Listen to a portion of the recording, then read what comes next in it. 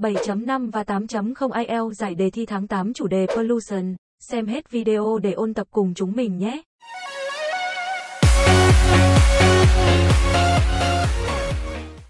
Part 2. Describe a place you visited that has been affected by pollution.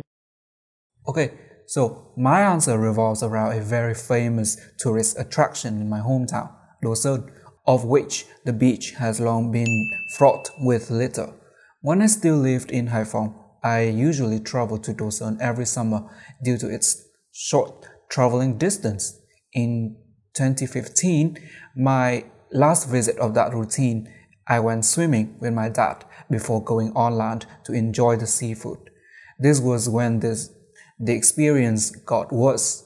The water was dull and had this weird brown color. I could not see any tiny stones that made up the seabed. That meant the water was contaminated and therefore not suitable for long-term skin exposure. Moreover, human trash and even dead sea creatures were also common sights. In my case, jellyfish.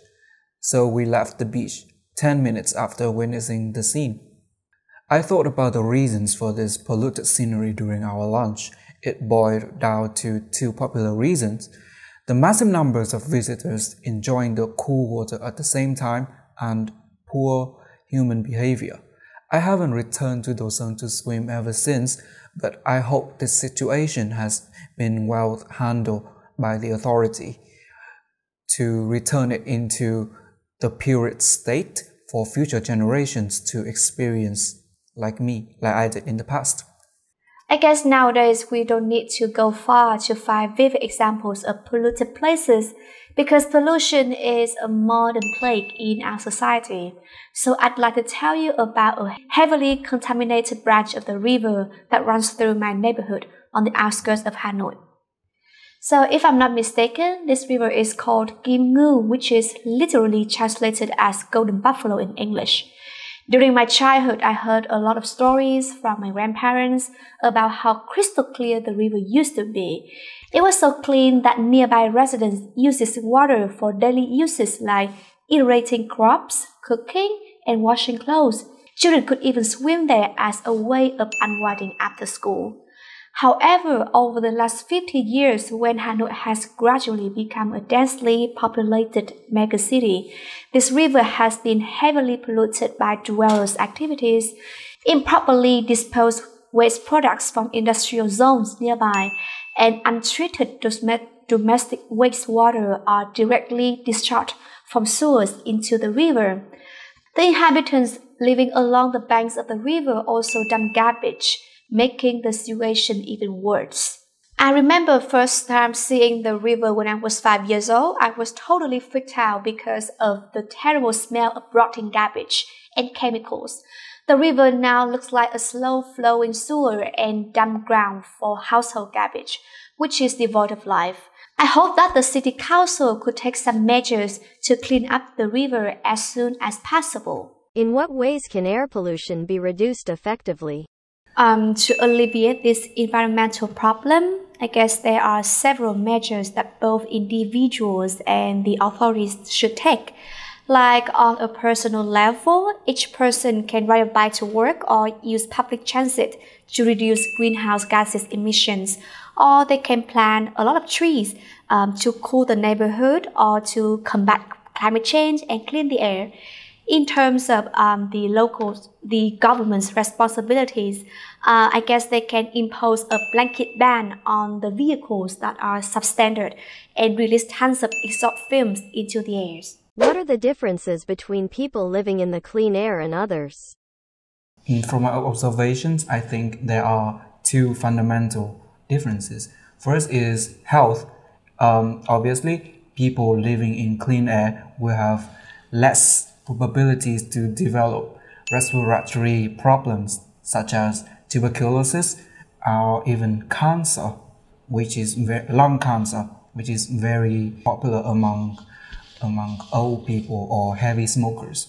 Yeah, and aside from those health benefits, I think transportation also benefits from having a clean atmosphere, an atmosphere without smoke or low visibility allows people to commute more safely and more quickly without the fear of bumping into each other under hazardous weather.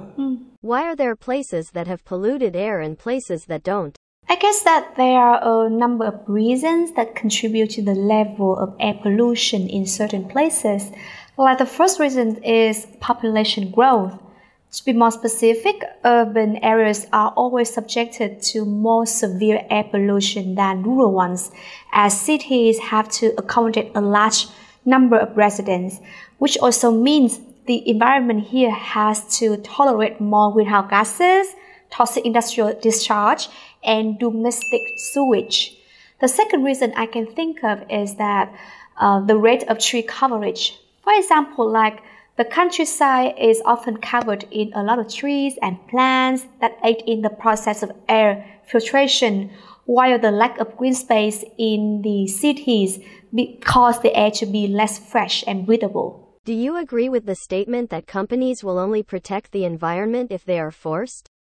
This only applies to small businesses and companies of which their economic prowess, their financial prowess doesn't allow them to think much about external forces apart from how to reduce the production cost as much as possible. So these companies still have to rely heavily on environments and other natural sources in order to draw this cost advantage. But for long established, successful and bigger companies or enterprises, apart from being